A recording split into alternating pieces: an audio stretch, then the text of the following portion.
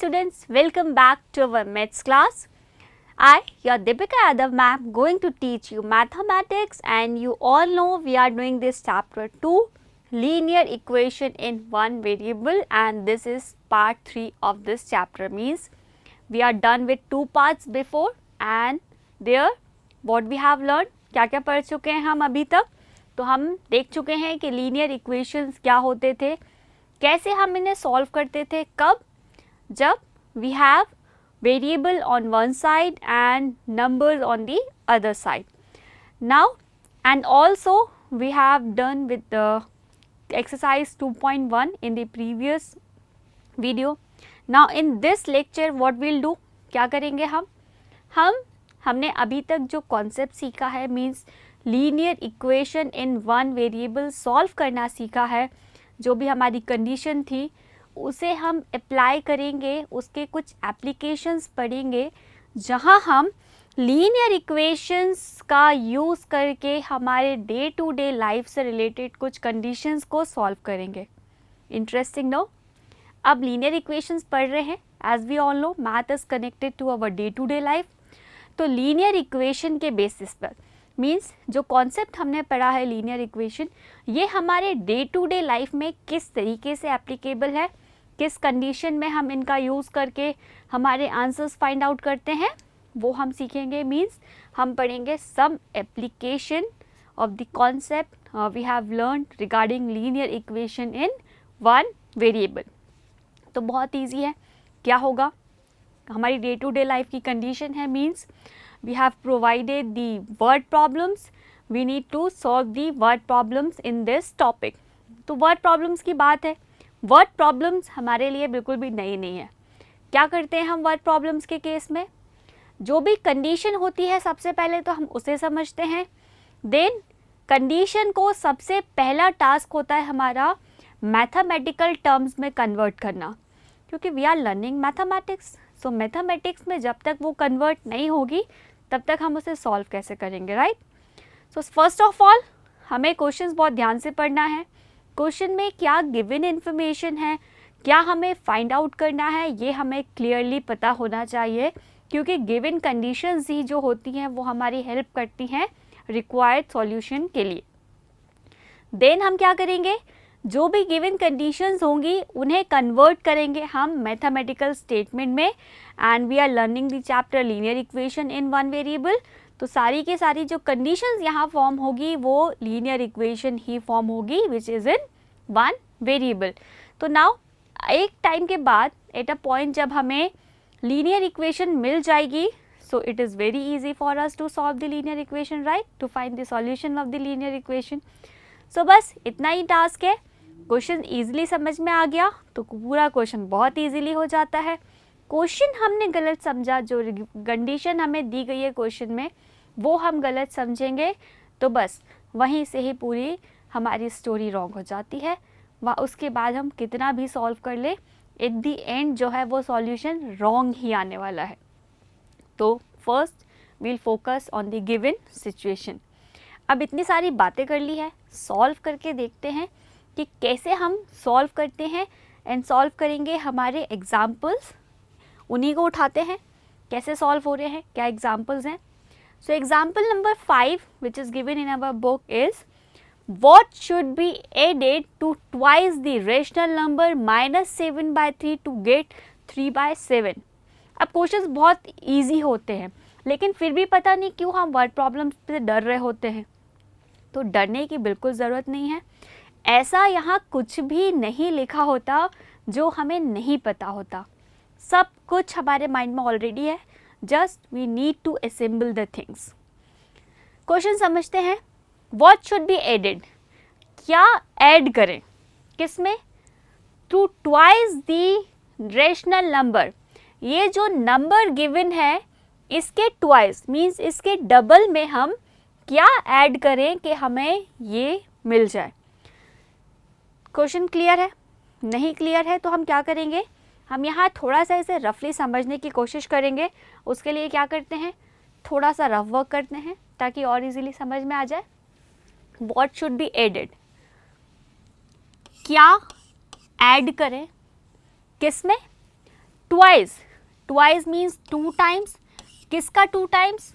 इस particular number का, मतलब -7/3 कि हमें आंसर मिल जाए, और आंसर हमेशा मिलता है इक्वल्स टू में, और क्या आंसर आ रहा है? 3/7। तो जो क्वेश्चन है वो कुछ इस तरीके से दिया गया है। अब ये जो बस अननोन वैल्यू है इसे हमें फाइंड करना है। और मैथ्स की सबसे इजी बात पता है क्या होती है? मैथ्स में हम वही सपोज करके चलते हैं जो हमें फाइंड आउट करना होता है। Means we'll suppose that the number we are adding to this number is any variable, और most of the time हम लेकर चलते हैं x, सुना ही होगा, x ही फाइंड करते हैं हम, करेक्ट? तो हो गया हमारा क्वेश्चन एक सिंप्लीफाइड वे में कन्वर्ट। अब अगर इस तरीके से क्वेश्चन हमें दे दिया जाए तो ये कंडीशन हमारे लिए बिल्कुल भी नई नहीं है। ये पूरी कंडीशंस हम सॉल्व करना सीख चुके हैं इससे पहले वाले पार्ट्स में। नहीं सीखा है तो वापस से जाइए, वीडियोस देखिए, सीखिए, then come to this point. Directly आओगे तो सब सर के ऊपर से जाएगा।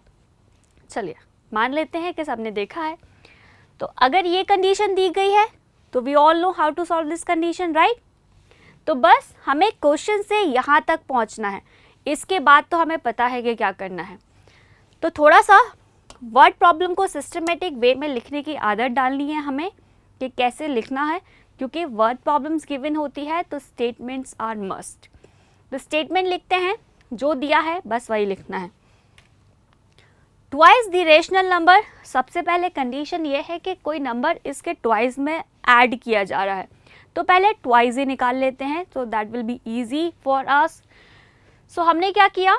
हमने लिखा twice the rational number of -7/3 is 2 times of -7/3, and 2 numbers, 2 rational numbers अगर हम मल्टीप्लाई कर रहे होते हैं, सो न्यूमिनेटर से मल्टीप्लाई कर लेते हैं, डिनोमिनेटर से।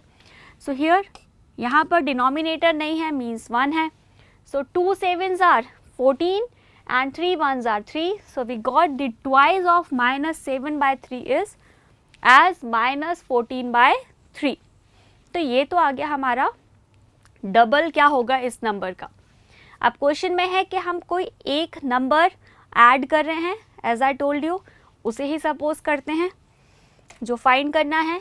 Suppose x is added to this number gives 3/7, मीन्स हम इस नंबर में x ऐड कर रहे हैं तो हमें क्या मिल रहा है? 3/7। इस कंडीशन को हम लिख लेते हैं हमारे मैथमेटिकल टर्म्स में, तो जो बोल रहे हैं बस वैसे ही लिखेंगे। x इज एडेड, इज जहाँ पर भी आता है तो जो भी साइन है वो ले लेते हैं, इज एडेड प्लस ले लिया, टू दिस किस में ऐड कर रहे थे? -7/3 में, तो वो आ गया था हमारे पास -14/3, और इस नंबर में x ऐड करने के बाद हमें मिल रहा था 3/7। क्या करना है? एक इक्वेशन मिल गई which is the linear equation, 1 variable linear equation है, सॉल्व करना हमें आता है because in this case variable is in 1 part and numbers are in other part. So variable find करना है, इस x को फाइंड करना है। क्या करेंगे? इसके साथ जो भी वैल्यू है उसे शिफ्ट कर लेते हैं टू RHS। अब यहाँ पे 2 चीज़ें हम कर सकते हैं। व्हाट? या तो हम पहले इसे यही सिंप्लीफाई कर लें, ये 2 साइंस यहाँ पर आपस में आ रहे हैं, 2 साइन सामने सामने होते हैं, means they are multiplying with each other. तो 2 साइन है, या तो हम यही मल्टीप्लाई कर लें या फिर हम इसे एज इट इज़ यहाँ पर ले जाएं। लेकिन सेकंड कंडीशन में क्या प्रॉब्लम आएगी? हम साइन में कंफ्यूज हो जाएंगे, करेक्ट, कि किस वाले साइन को चेंज करें, किस को नहीं करें। तो एक काम करते हैं, यही इसे सिंप्लीफाई कर लेते हैं। x plus minus we all know negative, इतना तो अब हमें पता ही है, 14/3 as it is, equal sign as it is, and this 3/7 here as it is. अब कोई कंफ्यूजन नहीं है, -14/3 को इधर साइड शिफ्ट करना है, कर लेते हैं। So this x as it is, this equal sign, इसे हम नहीं लिख रहे हैं क्योंकि शिफ्ट करना है ऑब्वियसली।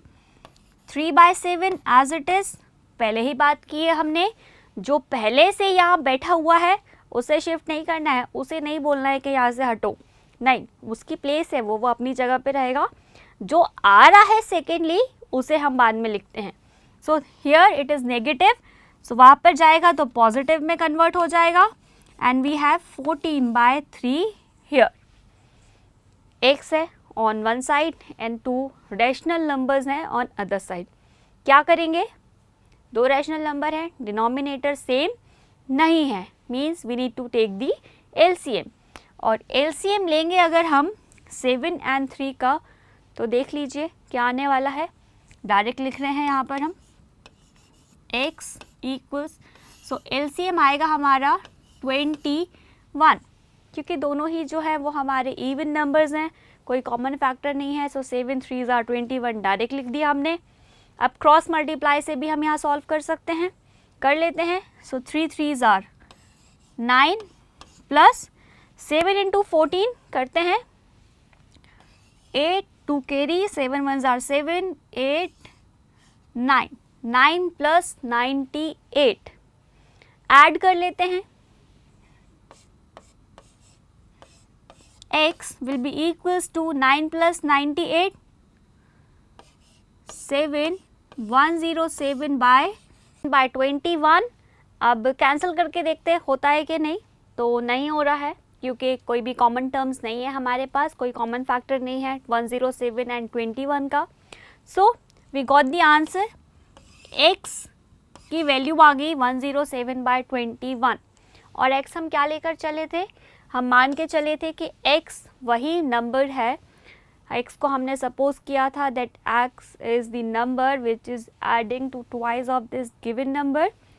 तो हमें मिल गया वो नंबर। So we'll write the concluding statement. Concluding statement it must in word problems. So लिख लेते हैं, thus 107/21 is added to twice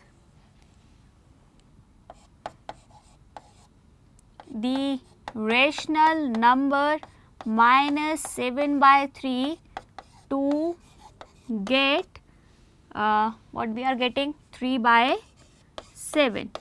So here is the solution and this is how we solve this type of question. क्या करेंगे, जो भी unknown value होगी जो हमें फाइंड आउट करना होगा उसे हम सपोज कर लेंगे किसी एक वेरिएबल के फॉर्म में। हमने ले लिया x और मोस्ट ऑफ द टाइम हम x ही लेंगे, बट ऐसा कोई कंपलसरी नहीं है कि x ही लेना है। जो आपका मन करे, जो आपको अच्छा लग रहा हो वो वेरिएबल हम ले लेंगे। देन जो भी कंडीशन है उसे हम न्यूमेरिकली कन्वर्ट करेंगे, बिकॉज सॉल्व करना है तो न्यूमेरिकल फॉर्म में, मैथमेटिकल फॉर्म में होना ज़रूरी है। और मैथमेटिकल फॉर्म में एक बार कन्वर्ट हो गया उसके बाद तो हमें बहुत अच्छे से पता है कि क्या करना है, सॉल्व किया, ट्रांसपोजिंग की, या फिर आप शिफ्ट सिस्टमैटिक मेथड भी कर सकते हैं, शिफ्टिंग कर सकते हैं, और बस आंसर आ गया। सिंपल था, राइट। चलिए ऐसे ही हम बाकी क्वेश्चंस भी सॉल्व करेंगे। डिफरेंट कंडीशंस हैं और ये कुछ कंडीशंस हैं जो हमारे डे टू डे लाइफ से रिलेटेड है। मैथ्स के बेसिस पर हम ऐसी हमारे नॉर्मल लाइफ की कंडीशंस को भी सॉल्व कर सकते हैं, इसलिए मैथ्स इतना इंटरेस्टिंग है, no. Let's go to the next question. So example 6 in our book is the perimeter of a rectangle is 13 centimeter and its width is 2 as a whole 3/4 centimeter. Find its length. Question क्या दिया हुआ है पहले वो समझते हैं। Perimeter है एक रेक्टेंगल का, perimeter is already given here 13 centimetre and we have given the width, breadth भी बोल सकते हैं। सो विड्थ गिवन है 2 3/4 सेंटीमीटर। क्या फाइंड करना है, लेंथ फाइंड करना है। सो लेंथ फाइंड करना है तो क्या सपोज करेंगे, सपोज कर लेते हैं कि लेंथ है हमारी x, x नहीं लेना कुछ और भी ले सकते हैं। So assume the length of the rectangle to be x centimetre. अब क्या क्या गिवन है, विड्थ गिवन है एंड पेरीमीटर गिवन है। सो पेरीमीटर लिख लेते हैं पहले तो।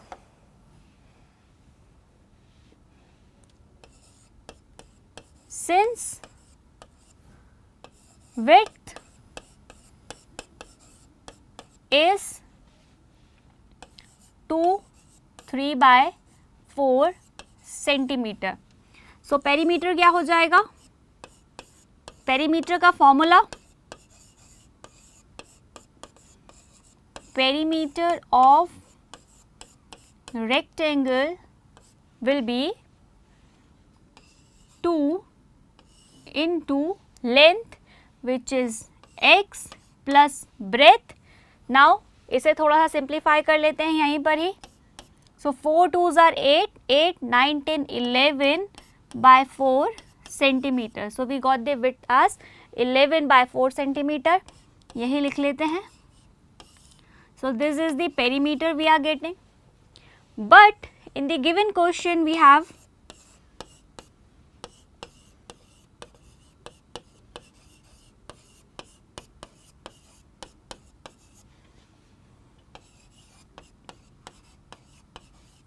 given as 13 centimetre.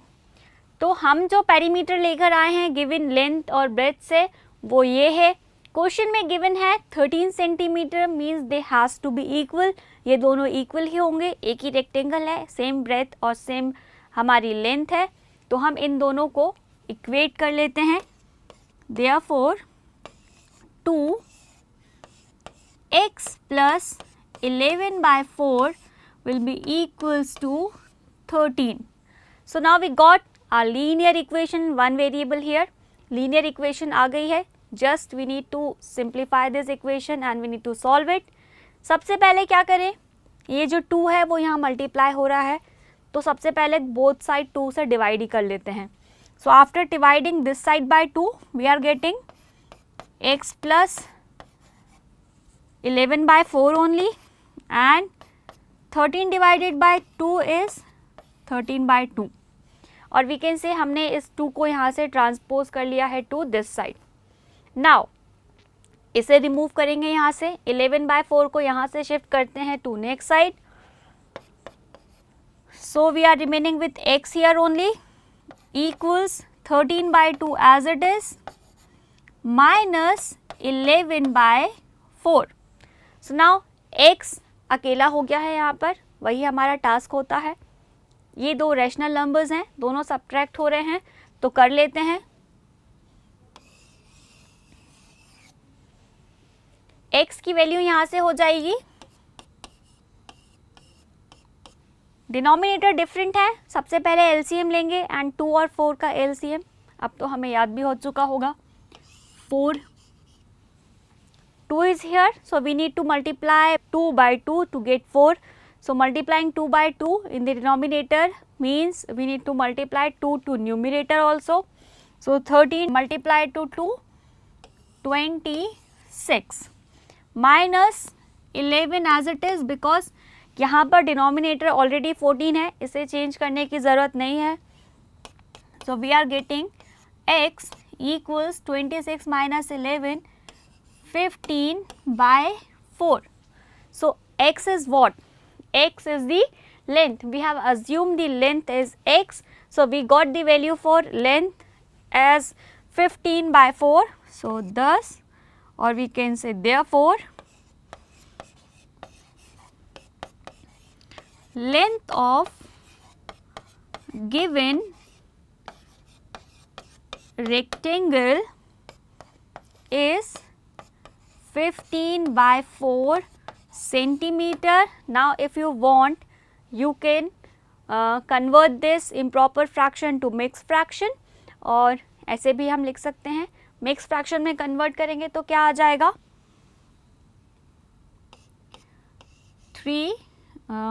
2 by 4 centimeter. So we can write 2 by 4 centimeter on this place. Okay, तो सिंपल सा क्वेश्चन था. क्या किया, पेरीमीटर गिवन था, सो हमने पेरीमीटर का फॉर्मूला लिया. ब्रेथ गिवन थी, लेंथ फाइंड करनी थी, तो हमने लेंथ सपोज कर ली. लेंथ सपोज करने के बाद ब्रेथ थी, तो हमने फॉर्मूले में सारी चीज़ें सब्स्टिट्यूट की.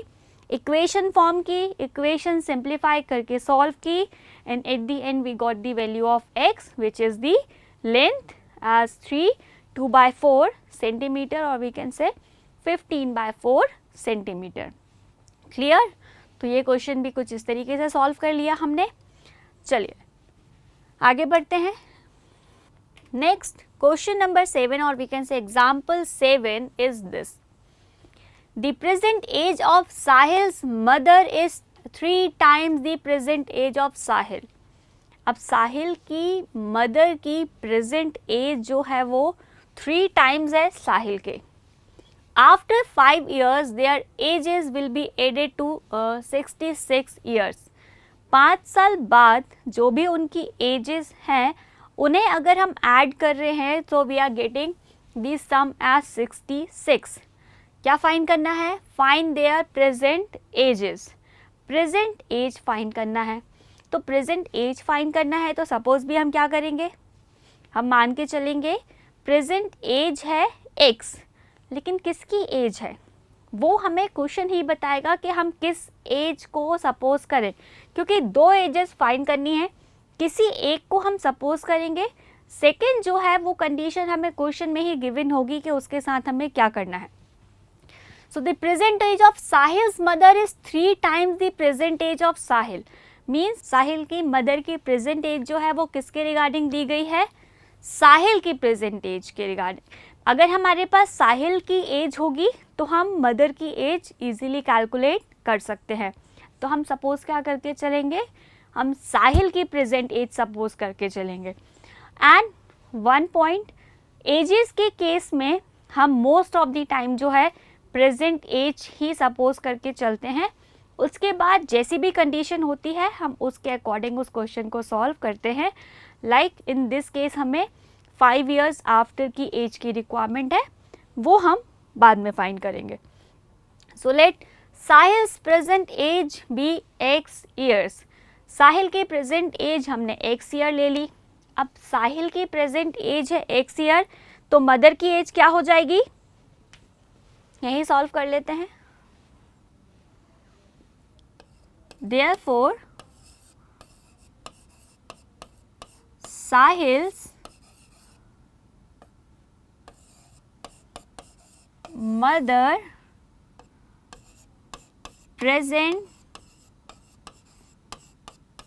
एज विल बी, कितनी दी गई है साहिल की मदर की प्रेजेंट एज? 3 times ऑफ साहिल। तो साहिल की एज है x, तो मदर की एज हो जाएगी 3x years। तो हमारे पास अब 2 लोगों की एज आ चुकी है, साहिल की भी एज आ गई है और साहिल की मदर की एज भी हमारे पास है और दोनों की प्रेजेंट एज है। लेकिन इस क्वेश्चन में जो कंडीशन है वो आफ्टर 5 years की एज की कंडीशन है। तो अगर साहिल की प्रेजेंट एज x है तो 5 years आफ्टर क्या होगी? सपोज आपकी प्रेजेंट एज अभी 12 years है, so after 5 years what it would B, क्या करेंगे, प्रेजेंट एज जो है उसमें 5 ऐड करेंगे। क्लियरली यही करने वाले हैं हम। तो यहाँ पर भी हम यही करेंगे। x अभी साहिल की एज है, so after 5 years it would be increase to 5 more years। तो हम x + 5 लेंगे साहिल की एज, तो लिख लेते हैं। बेटर होगा कि हम सारी चीज़ें नोट डाउन करते चलें ताकि हम खुद कंफ्यूज ना हो जाएं कि हमें क्या चीज़ कब यूज़ करनी है। So after 5 years Sahil's as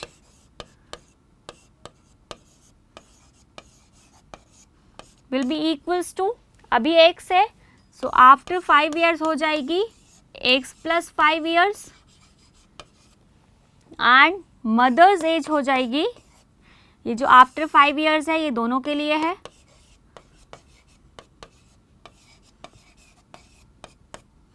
mother की अभी एज है हमारे पास 3x, so after 5 years we'll get 3x + 5।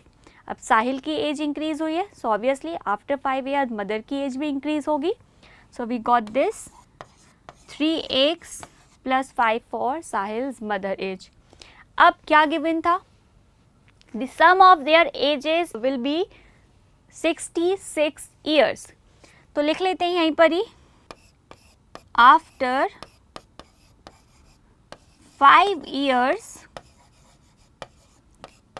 their ages will add to 66, that is 5 years बाद एक्स साहिल की एज है x + 5, मदर की एज है 3x + 5। कंडीशन बोल रही है इन दोनों की एज को ऐड करके हमें मिल रहा है 66, तो इन दोनों की एज को ऐड कर लेते हैं।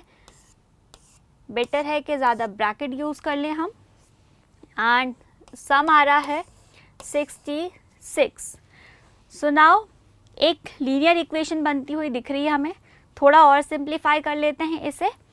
सो we know we can add the like terms, so x and 3x साथ में लिख लेते हैं, x + 3x, then we have 5 + 5, 5 + 5 equals 66. So x + x + 3x will be 4x, 5 + 5 10 equals 66.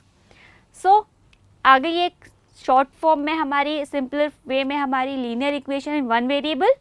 क्या करते हैं, 1 by 1 ट्रांसपोजिंग करते हैं, सारे नंबर्स को शिफ्ट करते हैं टू दी RHS। सबसे पहले 10 को शिफ्ट करेंगे। अब 10 को ही पहले क्यों शिफ्ट करेंगे, क्योंकि वी नो सबसे पहले हम एडिशन या सब्ट्रैक्शन वाले नंबर को ही शिफ्ट करते हैं। So 4x as it is equals to 66 as it is minus 10. So 4x equals 66 minus 10, 56. 4 shift करते हैं, so x will be equals to 56 by 4 and 56 by 4 is equals to 14. So x की value आ गई है 14, means x क्या था, हम लेकर चले थे x है साहिल की एज, तो साहिल की प्रेजेंट एज हमें मिल गई है 14 ईयर्स।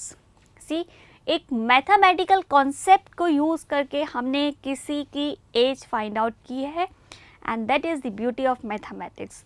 हम इस कंडीशंस को ऐसे ही सॉल्व करते हैं। तो साहिल की प्रेजेंट एज आ गई है 14, तो मदर की एज क्या हो जाएगी 3 × 14, बिकॉज मदर की एज हम लेके चले थे 3x। दोनों लिख लेते हैं, यही लिख लेते हैं।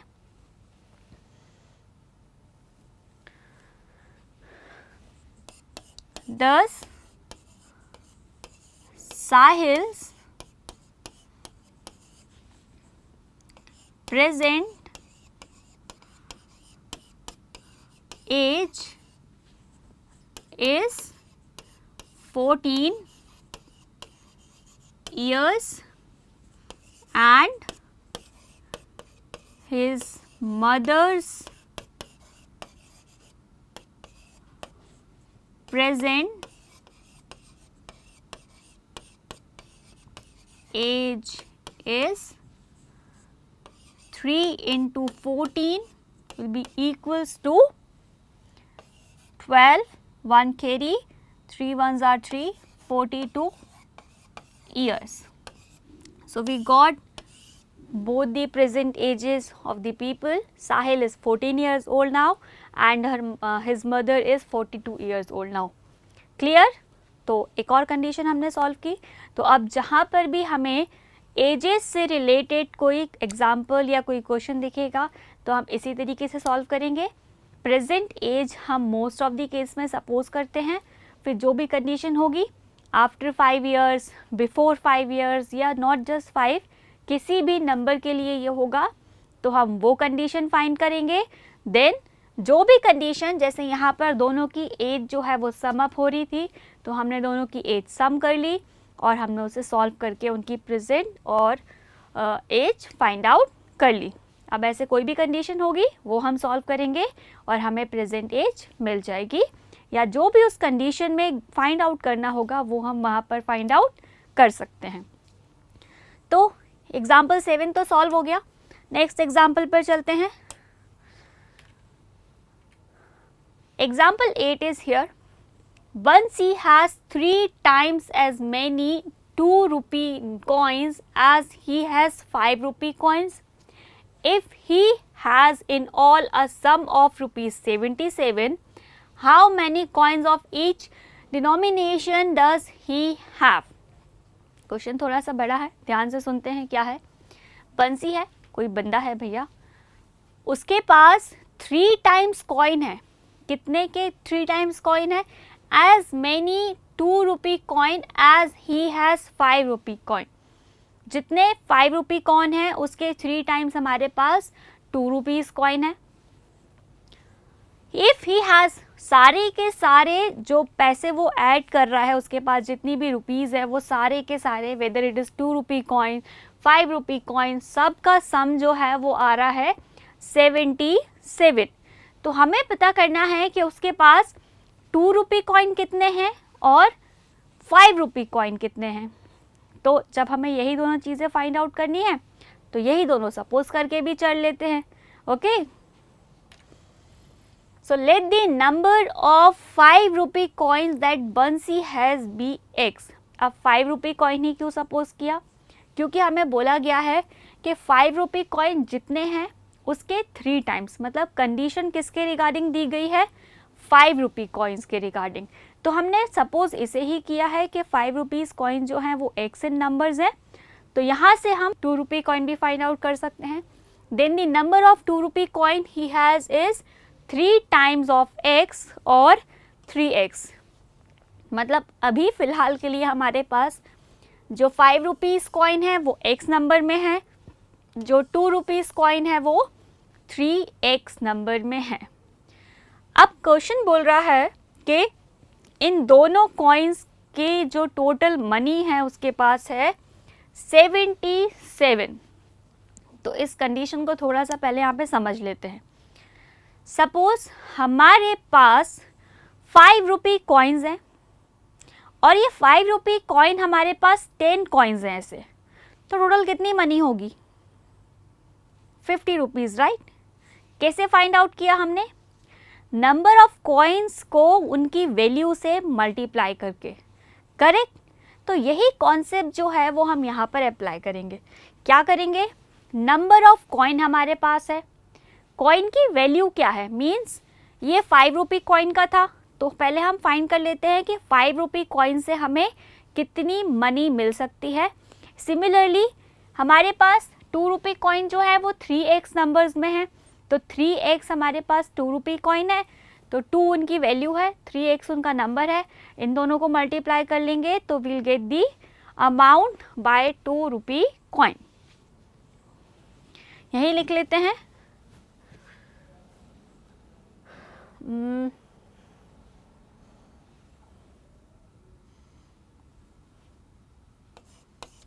Amount of 2 rupee. First we'll find the 5 rupee coins.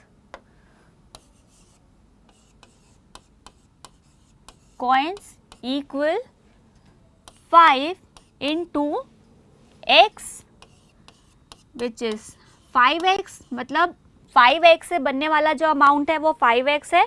Similarly, amount for 2 rupee coins will be 2 into number of coins कितने हैं? 3x. So we have 6x. Now हमें बोला गया है total sum is 77.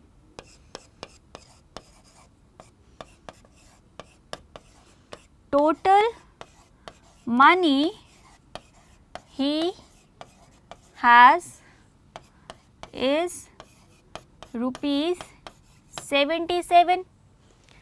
That is, अगर हम इन दोनों को ऐड करें तो हमें मिलना चाहिए 77. Therefore, 5x plus x will be equals to 77. क्या हो रहा है, अब एक लीनियर इक्वेशन फॉर्म हो गई है. 5x 6x हम इन्हें ऐड कर सकते हैं, तो ऐड कर लेते हैं. 5x plus 6x 11x equals 77. x की वैल्यू यहाँ से फाइंड आउट करें तो क्या होगी, x will be equals to 11 यहाँ मल्टीप्लाई हो रहा है तो बोथ साइड हम डिवाइड कर लेते हैं 11 से. So divided by 11 in LHS we got x only, divided by 11 in RHS we get 7. So x की वैल्यू जो है वो अब आ गई है 7. बट इस कंडीशन में हमें सिर्फ x नहीं फाइंड करना था, हमें क्या फाइंड करना था कि 5 रुपीज़ कॉइन्स कितने हैं, 2 रुपीज़ कॉइन्स कितने हैं. हम x किसको लेके चले थे, 5 रुपीज़ कॉइन को. Means number of 5 rupees coins कितने आ गए, number of 5 rupees coins is now 5 rupee coins is 7. Means उसके पास 7 5 रुपी coins हैं and number of 2 rupee coin will be equals to 2 rupee coin क्या थे, 3x थे, से x है हमारे पास तो 3 इंटू 7 हो जाएगा, तो उसके पास हैं 21 कॉइन्स ऑफ 2 रुपीज़. 5 रुपीज़ के 7 कॉइन्स हैं एंड 2 रुपीज़ के 21 कॉइन्स हैं एंड दैट्स इट. इस तरीके से ये क्वेश्चन सॉल्व हुआ है. तो इस पर्टिकुलर क्वेश्चन में हमने क्या सीखा, एक नई कंडीशन आई थी और वो थी ये वाली कि अगर हमारे पास नंबर ऑफ़ कॉइन्स हैं, नंबर ऑफ़ कॉइन की वैल्यू है तो उनका टोटल अमाउंट हम कैसे निकालेंगे, तो हम नंबर ऑफ़ कॉइन्स को नंबर ऑफ़ वैल्यू से मल्टीप्लाई करेंगे तो हमें मिल जाएगा कि उस पर्टिकुलर कॉइन से बनने वाला जो सम है वो कितना है. देन जो भी कंडीशन होगी उसके अकॉर्डिंग हम फर्दर उसे सॉल्व करेंगे और जो अननोन वैल्यूज़ हैं उन्हें फाइंड आउट करेंगे. क्लियर. चलिए नेक्स्ट क्वेश्चन पे चलते हैं. तो एग्जाम्पल 9 बहुत छोटा सा दिख रहा है, पढ़ लेते हैं क्या है. The sum of 3 consecutive multiples of 11 is 363. Find these multiples. अब एक नया नंबर नाम दिख रहा है हमें, कंसिक्यूटिव इंटीजर्स. नया नहीं है, we all know this stuff. क्या है इसका मतलब कि 3 लगातार आने वाले बैक टू बैक जो 3 नंबर्स हैं वो भी कैसे, multiple of 11. In 3 multiple of 11 के बैक टू बैक मल्टीपल्स का जो सम है वो दिया हुआ है 363. तो हमें फाइंड करना है कि तीनों नंबर्स क्या हैं. 3 चीज़ें फाइंड आउट करनी है. तो क्या हम तीनों चीज़ें सपोज करके चलेंगे अलग अलग, नहीं, क्योंकि हमने पढ़ा है वेरिएबल, 1 वेरिएबल के केस में. मीन्स हमारी इक्वेशन जो है वो 1 वेरिएबल में ही होनी चाहिए. अब इन तीनों कंडीशन में तीनों जो चीज़ें हैं इनमें एक चीज़ कॉमन है विच इज़ कि वो है 11 के मल्टीपल. कैसे करेंगे, हम एक सपोज करेंगे देन हम उसके रिगार्डिंग बाकी के मल्टीपल्स निकालेंगे. सबसे पहले सपोज करते हैं हमारे मल्टीपल्स क्या हैं. So if x is multiple of 11, अगर x हमारा मल्टीपल है 11 का मीन्स एक 11 का टेबल फॉर्म होगा. 11 का टेबल फॉर्म होगा तो एक x है तो दूसरा क्या आएगा, 11 1s are 11, 11 2s are 22. 11 add होते जाता है, करेक्ट. 11 ऐड करते जाएंगे तो हमें नेक्स्ट मल्टीपल मिलते जाएगा. तो x हमने एक मल्टीपल किया तो next multiple will be x plus 11. ये मिल गया हमें सेकेंड मल्टीपल. एक और रिक्वायरमेंट है. सो 11 1s are 11, 11 2s are 22, 11 3s are 33. अब 11 12 33 ही नहीं हो सकते, कोई भी हो, लेकिन हम देख रहे हैं कि हर बारी एक 11 ऐड हो रहा है. तो x में 11 करके ऐड हमने second consecutive multiple find out किया. अब इसी में हम एक और 11 कर देंगे तो हमें next consecutive multiple find out हो जाएगा.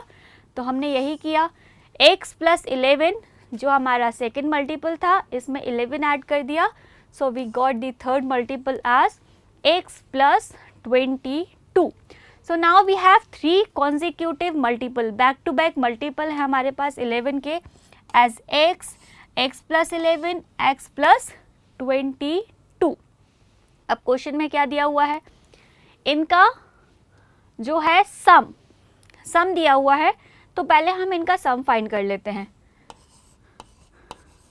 सम ऑफ these 3 consecutive multiple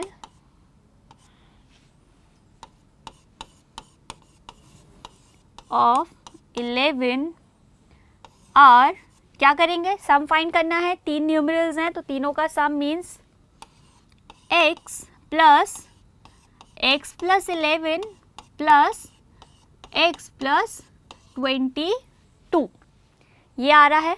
तीनों नंबर्स ले लिए हमने, एक x था, एक x प्लस 11 था, एक x प्लस 22 था. इनका सम करना है, यहीं कर लेते हैं. लाइक टर्म्स ऐड हो सकती हैं, सो x plus x plus x, 3x directly कर लेते हैं. 11 plus 22, 33, and we have a plus sign between these two terms. So इन तीनों का सम आ गया 3x प्लस 33. अब क्वेश्चन में भी हमें एक सम दिया गया है विच इज 363, मीन्स ये सम और ये सम इक्वेट होने चाहिए, but given some is 363. Therefore क्या हो जाएगा, हमारी value which is 3x plus 33, ये इक्वल हो जाएगी इस सम के 363. अब यहाँ पर तो हमें इजीली एक लीनियर इक्वेशन मिल गई. क्या करना है, सॉल्व कर लेते हैं, एक एक करके वैल्यू शिफ्ट करते जाते हैं. सो ये जो 33 है वो यहाँ ऐड हो रहा है. सो बोथ साइड या तो हम 33 सब्ट्रैक्ट कर लें या हम डायरेक्टली इसे ट्रांसपोज कर लें यहाँ से. So 3x as it is, 363 minus 33. Subtract करते हैं.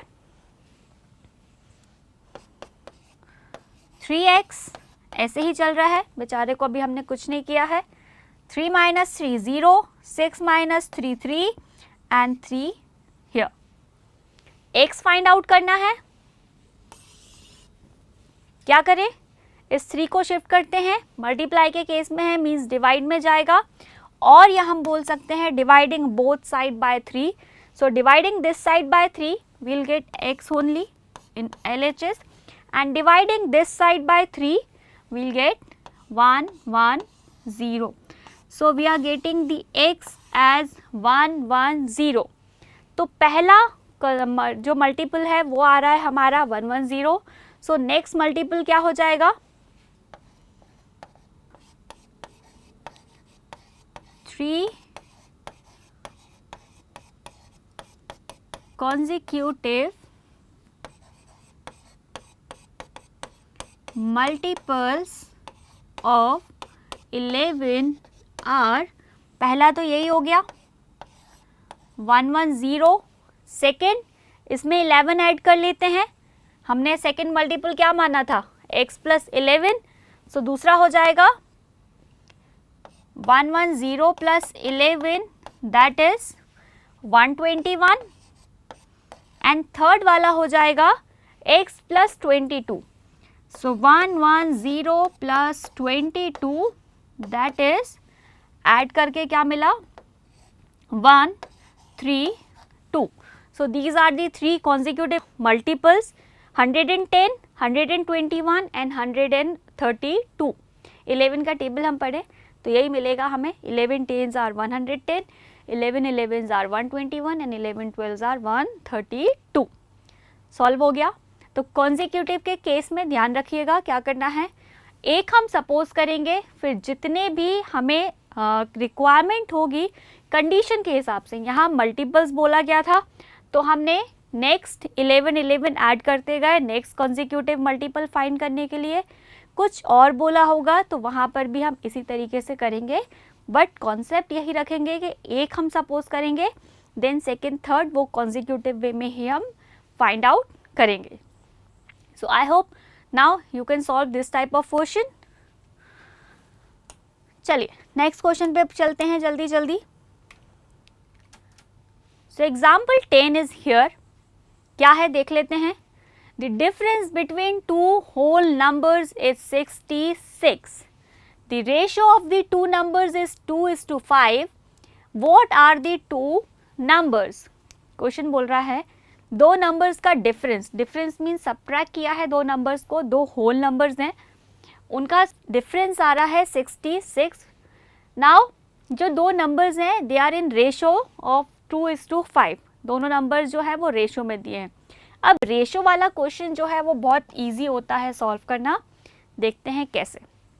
पहले फाइंड क्या करना है, वही दो नंबर्स फाइंड करने हैं. मीन्स दो अननोन वैल्यूज़ हैं यहाँ पर हमारे पास, एंड वो दोनों जो वैल्यूज़ हैं वो हमें रेशो में गिवन है. तो जब रेशो में दी जाती है ना चीज़ें, तो रेशो होता क्या है. Basically we have learn the ratios and proportion. क्या करते थे रेशियोज एंड प्रपोर्शन में, एक जो कॉमन टर्म होती थी वो हम हटा देते थे. Correct. We are comparing two values और इनमें जो कॉमन टर्म्स होती थी वो हम हटा देते थे. तो वो जो दो नंबर्स हैं उनकी कॉमन टर्म हटाने के बाद ये रेशो हमें मिला होगा. तो there has to be some common terms in these two ratio, these two numerals. एक कॉमन टर्म है जो यहाँ रहा होगा, यहाँ रहा होगा. हम वो कॉमन टर्म सपोज करके चलेंगे. तो हम लिख लेते हैं since the ratio of the two numbers is 2:5. तो वो जो दो नंबर्स हैं वो क्या हो जाएंगे. पहला नंबर हो जाएगा 2x, बिकॉज वो जो कॉमन रेशो है वो हमने x ले लिया, जो x था वो दोनों में कॉमन है. तो पहला नंबर हो गया 2x एंड सेकेंड नंबर हो गया 5x.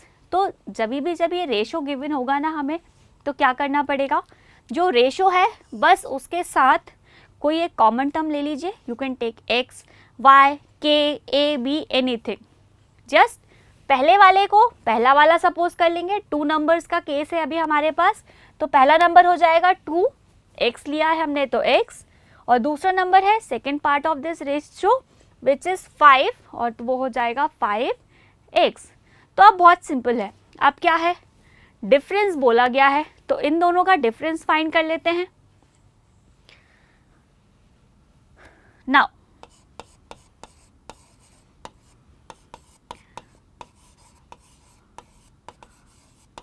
Difference of these two number will be equals to, इन दोनों को ही सब्ट्रैक्ट करना है, कर लेते हैं. 5x minus 2x. ओके, तो हमने ले लिया है 5x माइनस 2x. बट एक डिफरेंस हमें गिवन है,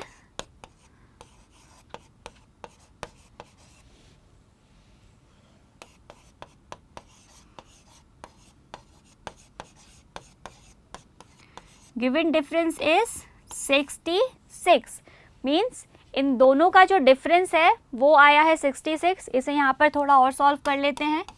सो it will be equals to 3x. अब 3x आया है और क्वेश्चन में दिया है गिवन डिफरेंस है 66. मीन्स ये दोनों हैं वो इक्वल हो जाएंगे. So we got 3x equals 66. So we got a linear equation here which is in one variable. Means we need to find this value of x. तो 3 को शिफ्ट करते हैं और we can say dividing both side by 3 we got x here, and here we got 3 2s are 6 and 3 2s are 6. So value of x ज़्यादा तो solve करने की requirement ही नहीं थी, 22. बट x नहीं फाइंड करना, क्या फाइंड करना है, टू नंबर्स क्या लिए हमने, 2x एंड 5x. लिख लेते हैं. Therefore numbers will be 2x equals 2 into 22 which is 44. 5x equals 5 into 22 which is 10. 1 carry, 5 2s are 10 and 1 1 10. So we got two numbers, one is 44 and second one is 110. Thus statement यहीं से लिख लेंगे, the two numbers are 44 and 110.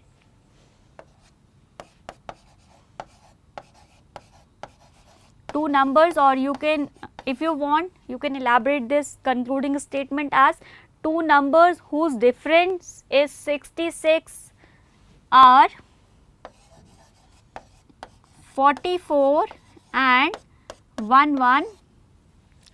अब यहाँ से check करना चाहें तो हम कर सकते हैं, इन दोनों का सब्ट्रैक्शन करेंगे सो 66 ही मिलेगा हमें.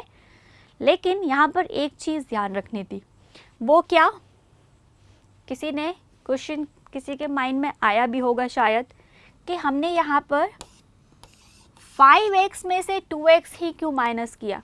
Why didn't we do like this 2x minus 5x?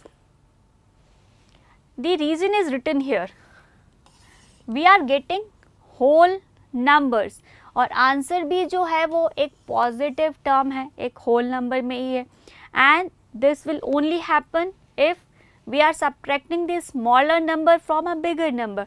If we'll subtract 5x from 2x, we'll get a negative sign in the answer, but there is no negative sign given here. So that's why we are subtracting 5x, 2x from 5x. Okay? तो ये छोटी छोटी चीज़ें हैं जो ध्यान में रखनी है. बड़ा नंबर में से छोटा नंबर माइनस किया है, छोटे में से बड़ा करते तो नेगेटिव साइन आता, जो हमें रिक्वायर्ड यहाँ पर नहीं था. तो रेशो वाले नंबर्स में हम यही करेंगे, जो गिवन रेशो होगा उसी के रिगार्डिंग हम दोनों चीज़ें सपोज कर लेंगे. मीन्स पहले वाला पहले के साथ ले लेंगे, दूसरा वाला दूसरे के साथ ले लेंगे. क्लियर? चलिए जल्दी से एक क्वेश्चन और सॉल्व करते हैं. एग्जाम्पल है हमारे पास, example 11. So example 11 is here.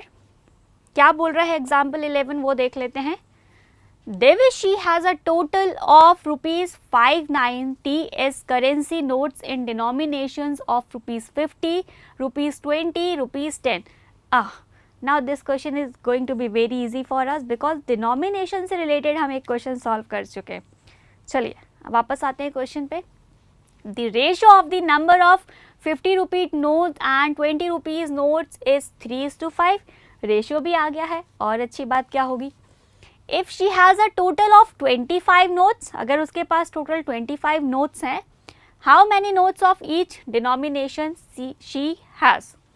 तो क्वेश्चन एक लाइन में बोल दें अगर, तो हम क्या दिया हुआ है, एक गर्ल है देवेशी, उसके पास टोटल मनी है 590 रुपीज़. अच्छी खासी मनी है उसके पास, लेकिन ये मनी जो है ये अलग अलग करेंसी नोट्स में है. उसके पास 50 रुपीज़ नोट्स हैं कुछ, और कुछ हैं 20 रुपीज़ और कुछ हैं 10 रुपीज़ नोट. अब क्या गिवन है, हमें दिया गया है कि 20 रुपीज़ और 50 रुपीज़ का जो रेशो है नोट्स का, दैट इज़ 3:5. क्या फाइंड करना है. If she has a total of 25 notes, सारे के सारे नोट्स की काउंटिंग अगर हम करें, कितने नोट्स हैं वो कैलकुलेट करें. So we are getting 25 notes in all, और हमें बताना है कि उसके पास हर एक करेंसी नोट जो है वो कितने कितने हैं, कि 50 रुपीज़ नोट कितने हैं, 10 रुपी नोट कितने हैं, एंड 20 रुपी नोट कितने हैं. तो ये कंडीशन हम पहले भी सॉल्व कर चुके हैं, जहाँ हमने दो डिनोमिनेशन के लिए सॉल्व किया था, like 2 rupee coin, 5 rupee coin. अब यहाँ पर 20 रुपीज़, 50 रुपीज़, 10 रुपीज़ आ गया. एड ऑन होके क्या आया है, एक और करेंसी आ गई है, वहाँ सिर्फ 2 थी. And more than this we have given this ratio. Ratio given है तो हम इस रेशो का यूज़ करेंगे. मीन्स कॉमन एक टर्म ले लेंगे और हम मान लेंगे कि 50 रुपीज़ नोट 3x हो जाएंगे, 20 रुपीज़ नोट जो हैं वो 5x हो जाएंगे. एक और अच्छी बात दी गई है कि टोटल नोट्स जो हैं वो 25 ही हैं. मीन्स अगर हम इन तीनों नोट्स के नंबर्स को ऐड करें, so we'll get 25 at the end. तो इसका भी हम यूज़ करेंगे. तो चलिए कैसे करते हैं देखते हैं. So let the number of 50 rupees notes and 20 rupees notes be 3x and 5x. अब ये बिल्कुल भी नया नहीं है. क्यों हमने लिया है? Because ratio is given as 3:5. तो हमने इसी के रिगार्डिंग नंबर्स ले लिए. वन एज 3x, 50 रुपीज़ वाले 3x हो गए और 20 रुपीज़ वाले 5x हो गए. Now what about the 10 rupees note? वो कहाँ गया? तो वो भी हम यहीं से निकालते हैं. वो कैसे? कि टोटल जो है वो 25 नोट्स हैं. मीन्स 25 नोट्स में से अगर हम 50 रुपीज़ और 20 रुपीज़ वाले अलग कर दें, so we'll have the number of 10 rupees note. तो यही करते हैं, 25 में से माइनस कर लेते हैं इन दोनों करेंसी के नोट्स को. But she has 25 rupees notes in total. Therefore, the number of 10 rupees notes will be equals to 25 minus sum of these two notes, number of these two notes. So, we got 3x plus 5x as 8x. So, 25 minus 8x are the number of 10 rupee note. चलो, तो ये तो होगी हमारे 20 rupee note की बात. 50 rupees note और 10 rupees note कितने कितने हैं. अब लेकिन इसका हम क्या करें? क्या करना है? हमें दिया गया है करेंसी. टोटल करेंसी है 590. टोटल निकालने से पहले हम निकाल देते हैं कि 50 रुपीज़ नोट की कितनी वैल्यू है. 50 रुपीज़ नोट से कितना उसके पास मनी है, अमाउंट कितना है, 20 से कितना है और 10 से कितना है. So amount, or you can write money also.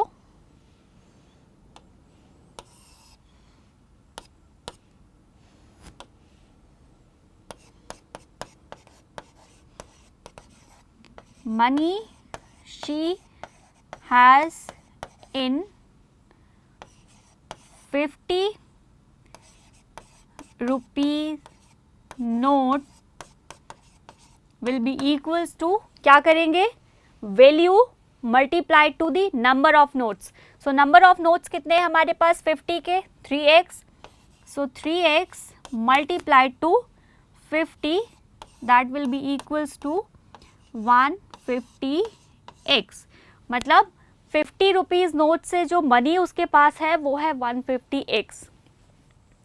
Now money she has in rupees 20 notes will be equals to 20 rupees notes की मनी कितनी है? 5x.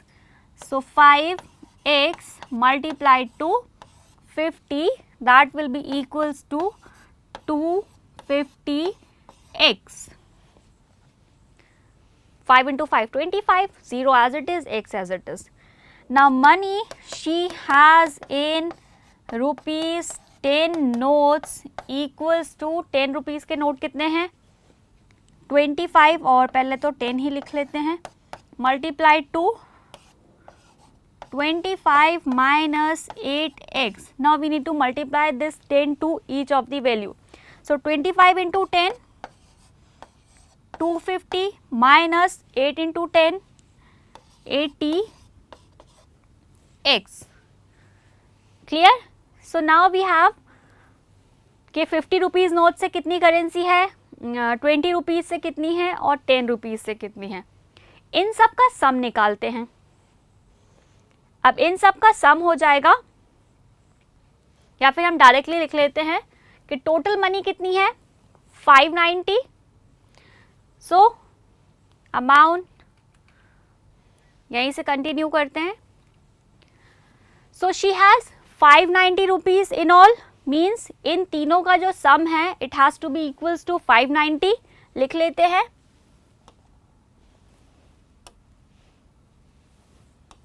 Therefore 150x plus 250x plus 250 minus 8x, इन तीनों का जो सम है that will be equals to 590. Clear? यहीं से मिला है हमें सारी चीज़ें. अब जो लाइक टर्म्स हैं उन्हें ऐड कर लेते हैं. So 150 plus 250 plus minus 8x. तो पहले इन दोनों को ऐड कर लेते हैं. So 150 plus 250 will be equals to 550 and 1 carry 2 3 400x minus 8x पहले लिख लेते हैं plus 250 equals 590.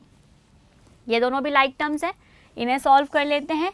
So 480 minus x, 10 minus 8 2, x as it is, 9 as it is, 3 as it is.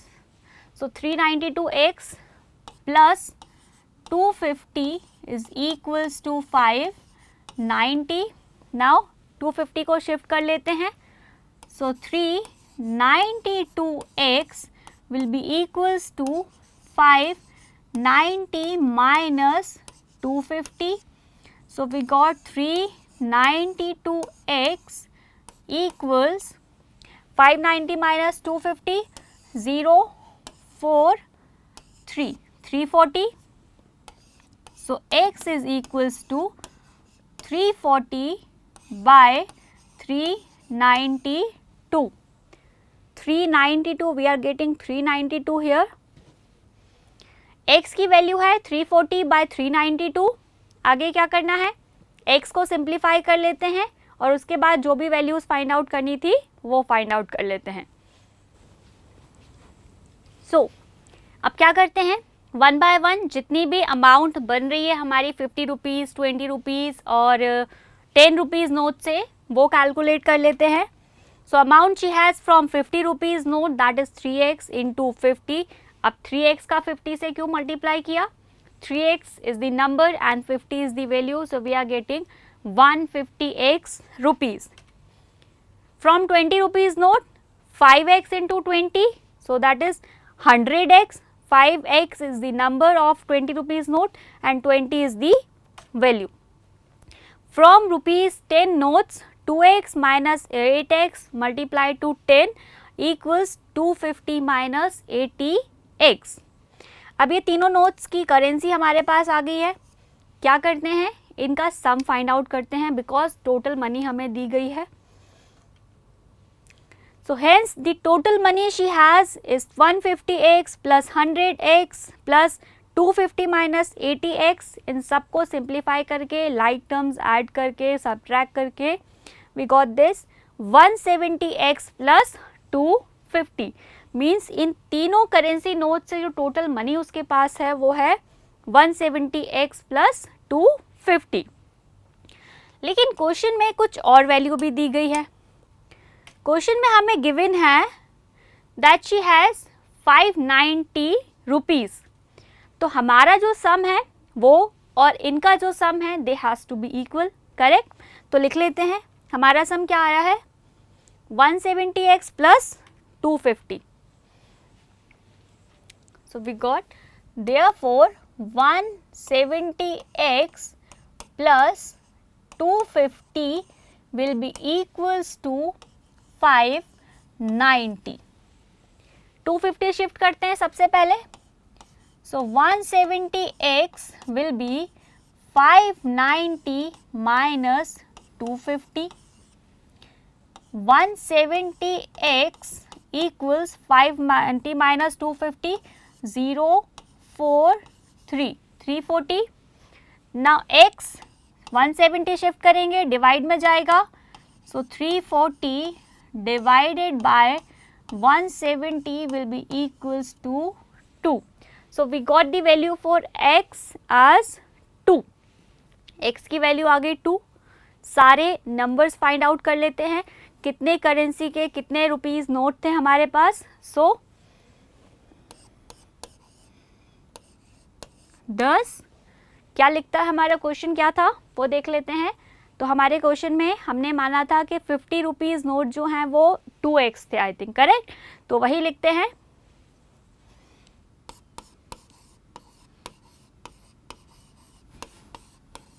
Number of rupees 50 notes is 2x, that is 2 into 2 which is 4x.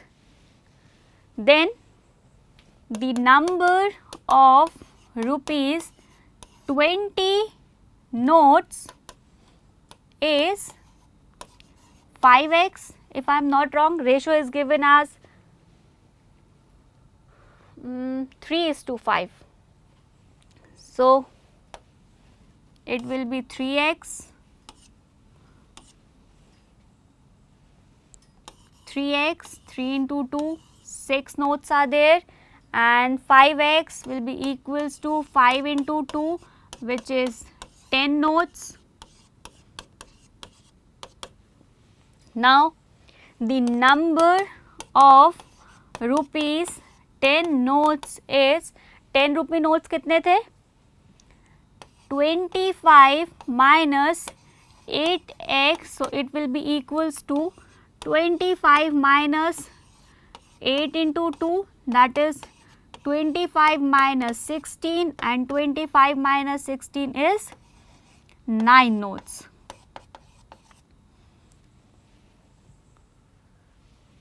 So we got the number of notes. 6 notes जो थे वो 50 rupees notes हैं, 10 notes जो है वो 20 rupees notes हैं, and 9 notes हैं हमारे पास 10 रुपीज़ नोट के. तो बहुत बड़ा सा क्वेश्चन था.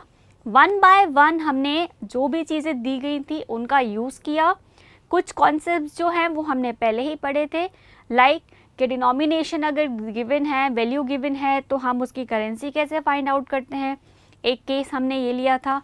रेशो गिवन है तो हम क्या लेते हैं, दूसरा हमने वो केस, दोनों को कंबाइन किया, and here is the solution of this question. तो इस तरीके से हम आगे भी जो भी गिवन कंडीशंस होंगी उन्हें सॉल्व करेंगे. So that's it for today. Now we will meet in the next video where we'll start the exercise 2.3.